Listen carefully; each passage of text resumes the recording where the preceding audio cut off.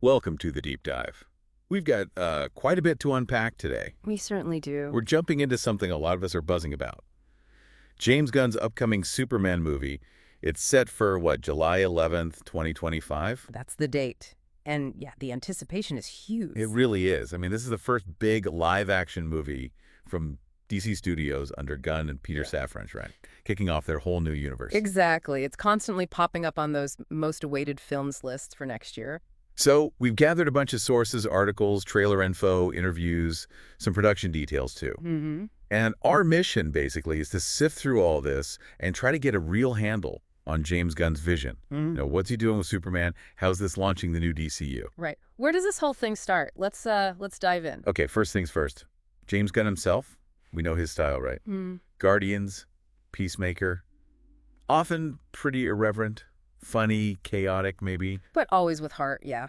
But the sources, they're making it pretty clear this Superman is going to feel different. So it's not just Guardians with a cape. Apparently not. Gunn's been specific, saying it'll have quite a different vibe. He's really pushing words like hope, kindness, character. Hope and kindness. Interesting. Like leaning away from the cynicism we sometimes see. Totally. He seems to want a more optimistic tone, focusing on Superman as this genuinely good guy in maybe a not-so-good world. That feels like the core. Focusing on sincerity, that almost feels bold these days, you know? It does. Like tackling potential superhero fatigue, not with bigger fights, but with emotional depth. Yeah. Who is Superman, really? His humanity. That speaking of signaling things, Whoa. the red trunks are back. They are. And Gunn's reasoning is interesting. He sees them as a symbol of hope, accessibility. Apparently, he even chatted with Zack Snyder about it. Wow, really? That's a cool nod. Okay, so character, tone, but it's not an origin story, the sources say. Nope. We're dropping in on a younger Clark Kent, already in Metropolis, already working at the Daily Planet. And what kind of world is he stepping into? Is it just him? See, this is where it gets really interesting for the bigger DCU picture. He's not alone. The sources confirm he's in a world where other heroes, other costume figures already exist, like established ones. Like who? Well, reports and confirmations point to Mr. Terrific. The super genius guy with the T-spheres. That's him. And Hawkgirl, the engineer. The engineer from the Yeah. Authority comics. With the nanotech. She's often more morally gray. Exactly. Hints at more complex heroes already operating. Plus, Guy Gardner as Green Lantern and Metamorpho. Whoa, wait. That's a lot of heroes right out of the gate. Is this turning into a team-up movie? Gunn's been careful to say no, it's not an ensemble team movie. It's still Clark and Lois' story at its heart. Okay. But putting these other heroes in the world immediately gives it texture. It makes it feel lived in, an interconnected universe from day one. Right, so Superman is joining a world already in progress, not starting the whole superhero thing himself. Precisely. And someone like the engineer suggests there are groups out there with, let's say, different methods than Superman. Some speculation even links her to Lex Luthor. Ooh, okay. That definitely complicates things. So not a team-up, but he's definitely not the only game in town. Feels fresh. It does. He has to find his place among others who might not see eye to eye with him on what heroism means. You mentioned Clark and Lois. What's the story there? Are we doing the whole secret identity dance again? Thankfully, no. The sources are pretty clear. They already have an established relationship. Really? Yeah, like secretly dating. And crucially, Lois already knows he's Superman. Get out. No more, can't see through the glasses. Apparently not. She's portrayed as this partner, someone who grounds him, values truth. There was this bit from a trailer description where she's questioning him after he stopped a war. Questioning Superman. Yeah, like digging into the implications. Is it right for one superpowered being to just unilaterally intervene, even with good intentions? What are the geopolitical consequences? Wow. So their relationship isn't just romance. It's part of the story's core tension and themes. That's a mature angle. Exactly. It adds layers. And of course, they're both at the Daily Planet. Can't have Clark Kent without the planet?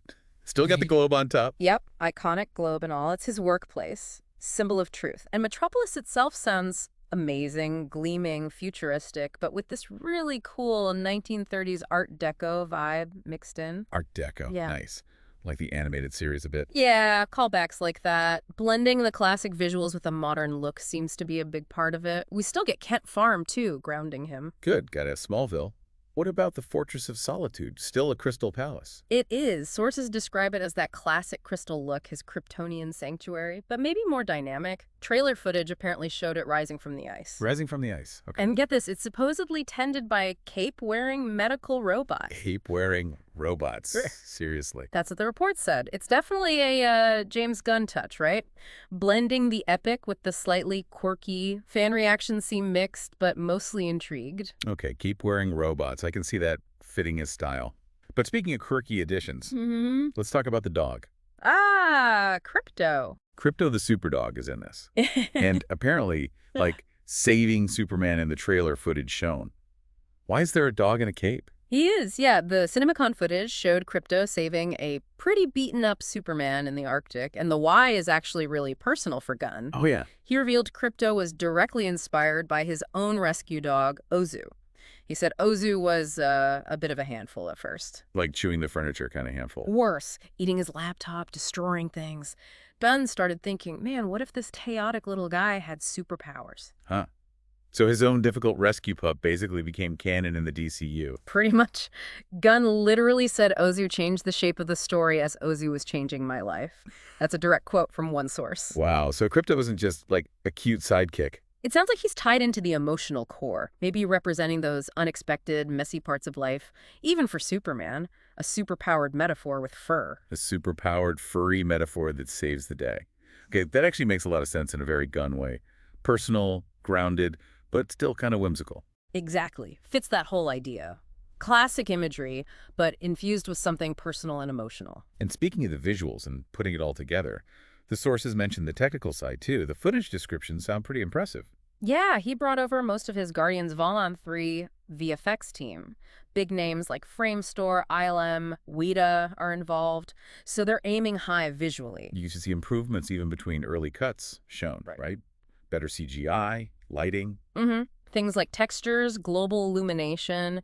Gunn apparently films the heavy CGI stuff early, which helps integrate it better, and it's getting an IMAX release, aiming for that big screen feel. Makes sense. What about the music? I heard the trailer used the classic John Williams theme. Instant goosebumps. It used a rock cover of it, yeah. But the actual score is by John Murphy, and Gunn's direction to him was fascinating. How so? He told Murphy to use the Williams theme as a base, but to mutate it? Mutate it, yeah. Yeah. Make it recognizable, powerful, but also give it this sort of melancholic, maybe slightly off-kilter feel to match the film's specific emotional story, not just heroic fanfare. Interesting. So honoring the legacy, but twisting it slightly for this new take. Exactly. Gunn stressed the score is way more central emotionally here than, say, the pop songs were in Guardians. Mutate the theme.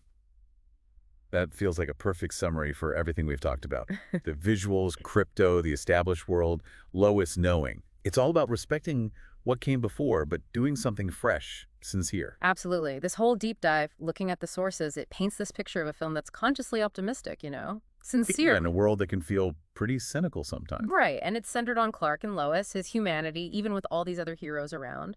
It uses the iconic stuff, Metropolis, the Fortress, but gives them a modern twist, adds personal touches like Krypto. It really feels like a statement piece for the new DCU, starting right at the foundation. Definitely. So yeah, wrapping up this deep dive, James Gunn's Superman seems laser-focused on hope, sincerity, character. It's moving away from just darkness. And it throws us into a world already humming with superheroes. Gives us a Clark and Lois, who are partners from the get-go. She knows the secret. And grounds it all with personal elements, like Krypto's origin story, essentially. Yeah, it's blending those classic visuals, the Art Deco, the crystals, echoes of the Williams score, but with a perspective for today's interconnected world, setting the stage. It really is. So here's a final thought for you, something to chew on maybe. We've seen this blend.